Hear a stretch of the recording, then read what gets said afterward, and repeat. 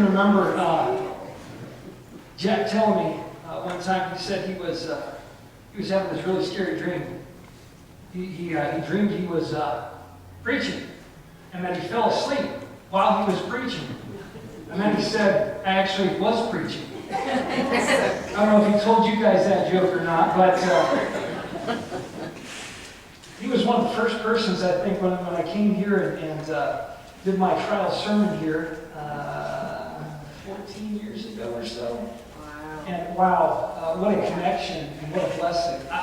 There are so many ways that I related with and worked together with Jack. He was a retired pastor, and so I felt like, man, this was an immediate connection with him. Even like I said, at that trial sermon. And then he was my spiritual life elder here at Hunter Hills back then for a while. He was obviously a colleague, a brother in Christ, a mentor, someone I could certainly go to for times of counsel, as many of you have as well. Here I thought he was just that way for me. I'm just kidding. Obviously he was that way for a lot of us. And what a blessing. He was my friend, and he was also my sheepdog. And he would remind me of that. Every once in a while, he'd call me up on the phone, and he'd say, "Bah, this is Jeff." Every February 2nd, yours is February 1st. Every February 2nd, I would call him, and I would ask him if he saw a shadow. He knew that was coming. Being born on Groundhog Day, I'm surprised nobody said this joke, but being born on Groundhog Day was very gratuitous for our mischievous friend, right? Yeah. Do you guys remember the joke? Whenever he would have to get his birthday at a pharmacy or a doctor's office or something like that, it was 22, 32, and so Groundhog Day would come up. And that would lead into the question that he would ask the person once they got his birthday. You like groundhog, don't you? That's delicious. And of course, after a minute of being caught off guard and being repulsed by the thought, he'd get that twinkle in his eye. Flash that ornery grin and say, well, have you ever had sausage? Have you ever had barbecue? Come on, you live in the South. That's groundhog, right? Groundhog. Some of you guys never heard that joke? I've heard that at least a dozen times. I love that joke. Oh my. David Lanzer mentioned to me, Jack wanted to know his expiration date. Wouldn't you know it? He chose tax day. Didn't have to pay his taxes this year. I hope he didn't. Wow. I don't need to file anymore, brother. Or the pie joke. The pie joke, right? Jack wanted like 2 kinds of pie. He first said, it took me a while to get on with his humor.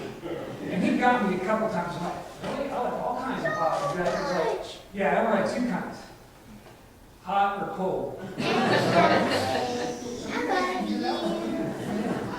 must have just used those. I must have looked gullible. Jack and I also had moments of seriousness, though.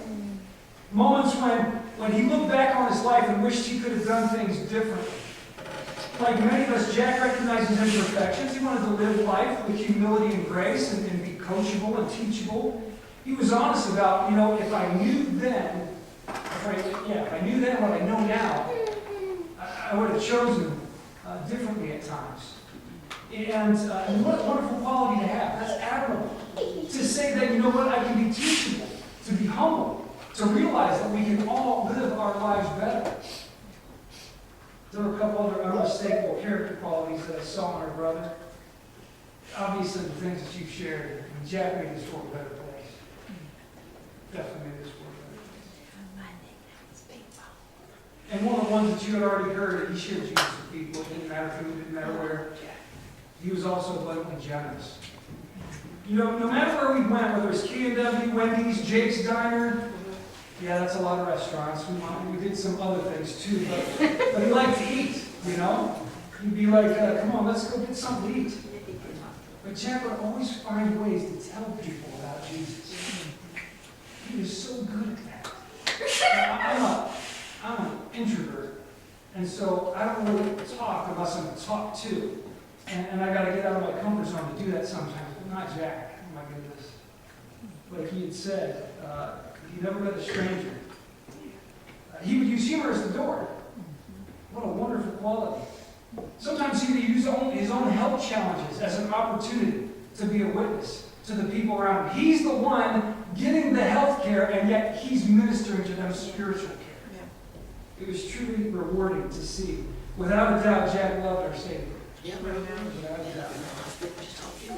If you didn't notice when you came in here, there's a stand in the back. You can notice it on the way out. I encourage you to take one of the tracks. Those tracks didn't always used to be here. But at one point in time, another dear brother, Everett Jenkins, had passed on, and Jack wanted to do something for his friend, and to remember. And like Jim, the track people, right? They love tracks, and so he put a little picture up of Everett, and wanted to have that shelf stocked constantly for anybody that wanted to take a track to share Jesus with other people. So if you want to do it, you're welcome to take a track. Thank you, Jack. I didn't plan that one, but you're welcome to. He was one of the most generous persons I have ever met. One of the persons that you could think of that would really give you the shirt off his back, even if it was the Bahama one, right? Or a Tropical Jack kind of shirt. He would really do that kind of stuff. He gave readily to ministries, to missions, to people he just wanted to bless out of the blue. Sometimes gave anonymously. His red van was so regularly visited there because that's where he has prescription at Walgreens. The Walgreens at High Point and Holden Road, now called Gateway Boulevard and Holden Road. The panhandlers knew to look for the red van. Because they knew, whether they were deserting or not, that Jack would probably give them something. That's the kind of guy our brother was. They may not have truly needed it, but he gave anyway. And he let the Lord deal with them. He may not have been rich in this world's resources, but he was certainly rich in loving other people. And he was a blessing to so many of us. These past several years, as Jack's health became more challenging, his spark for laughter and his love of life remained intact. What a wonderful quality. He didn't become bitter. His love for Jesus waxed strong and true. And as Sybil had mentioned, that was so evident when we visited him in July. Yeah. Just this past July. The staff and the nurses there at Walnut Hills Retirement Center, they shared with us what a blessing it was. So whoever said that was his church, did you say that, David? It really was. What a witness and a testimony. We missed him here, but we're so thankful that he was able to be a blessing to the people up there. So whether he lived in Virginia or here in North Carolina or up yonder in my home, Buckeye country, pause for a minute. They're thinking I would say OH, but I wasn't sure how many people would say I-O, right? OH. I did that on Sunday. There was like only one person that said I-O. His generous spirit were hallmarks. Hallmarks of a brother. His love for Jesus. His humorous personality. I'm glad to hear some of your stories. Stuff I didn't know about him. But truly such a blessing. For these and so many other things, we give God thanks today. Give God thanks for having blessed us to be part of Jack's life, to be impacted by brother, Mr., Reverend, Papa, whatever you want to call him, Jack Tebb. You know, there's so much more than what this world has to offer. And I can't let you go today without hearing what Jack wanted me to say to you today. And that's this. You got another 25 minutes, right? I'm kidding. How about 2? It's this. Know that God loves you. Yeah. That's so evident to us through Jesus on the cross. Jack could sometimes preach some of the simplest gospel messages, and it always started with Jesus. He witnessed to so many people while walking on this temporary and passing planet. And without any doubt, I know he would want me to say at least something as we celebrate his life today, and that is for you, for me, to draw closer to our Savior today. Draw closer to Jesus today, folks. For those of you who most assuredly will see our brother in heaven again, praise the Lord. Let this celebration of his life be a reminder and an exhortation to live the remainder of your days and my days on this planet, loving God, loving our neighbor, witnessing of our Savior's love for us, and being generous with what God has entrusted to us. For those of you who may not be sure what awaits you when you breathe your last, why not surrender now to the one who died to save you? Our brother died before his Savior was about 77 years ago, 8 or 9 or 10 it was. And he embraced the truth of the good news of Jesus Christ as a boy, and then he spent the rest of his life sharing that love with the world around him. Most of us in here aren't 10 or 9. We got a couple decades beyond that, right? But no matter what age we are, we can all receive and embrace the one whose life, death, and resurrection we just celebrated this past Sunday, this past week. It's not complicated. Jack would tell you that. It's not complicated, folks. There may be denominations or doctrines that will make it complicated, that you have a bunch of hoops to jump through, but you don't have to understand everything, and you don't have to hear all the doctrines of the denominations. What you do need to know is a person. The person of Jesus Christ. The one through whom God chose to reveal his love to this world. You don't have to turn your life around before you make that choice. You don't have to get things right before coming to him. He declares that all who are weary and heavy burdened can come to him. He says that in his word, it is very clearly stated, all who call on the name of the Lord Jesus will be saved. Not might, not maybe, not perhaps, will. Amen. Be saved. So, if that's one of you out there, if you're weary from your sin or from running from the one whose love now pursues you, even still, or if you're painfully aware of your own failures and inadequacies, maybe in a part of your life, maybe you walked away after knowing the Lord at one point in time. If you're uncertain of whether at the moment of your death you'll be ushered into the presence of the Lord, you can come to him today. You can cry out to him right now.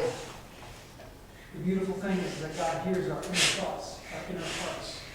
So even if you can't say it out loud, you can call on him at this very moment, and he still hears.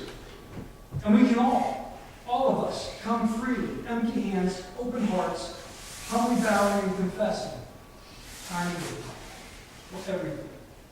For everything. God said in his word that he is for us, not against us. Amen. That he longs for each of us to draw near to him while we have breath. Yes. So therefore, let each of us, no matter where we are, no matter where we've been, let us come to the altar of God, seeking first his kingdom and his righteousness, calling on the only name by which we can be saved. The name of Jesus. The name that Jack loved to say. Jesus. Jesus, Jesus. Whether we need to freely receive the gift of salvation that God offers us at this moment, or whether we need encouraged to keep running the race that's set before us to its finishing. Let each of us grab hold of the gift that God offers to us.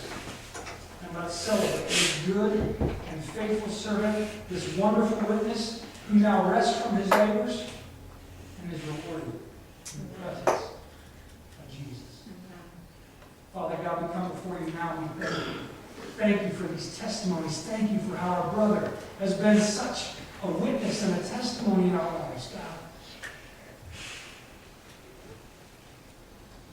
Some of us have walked through some pretty dark valleys. Some of us have walked through some very discouraging moments in our lives. And you place this brother, this friend, this mentor, to help us keep going. God, help us to carry the baton. Help us to pass the flame. Help us to live in a way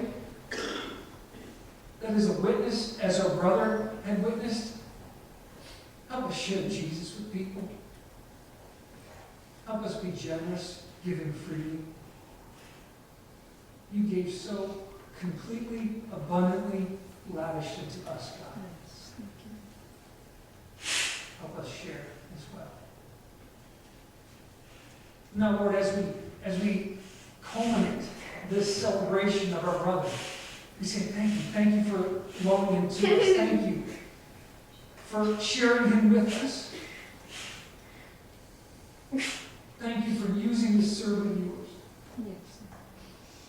to help us along this life's journey. May we be faithful as well. Yes. Pray for comfort for the family, Lord. Strength for all of Jack's loved ones. A peace that passes all understanding. And the joy, the true, unmistakable joy of knowing our brother. For all these things, Lord, we thank you and we praise you. In Jesus' name. Number 572, folks. I want to encourage you to turn to one of the words that we can hear our brother sing, shout. Maybe kick it up his heels too. Will you stand with me?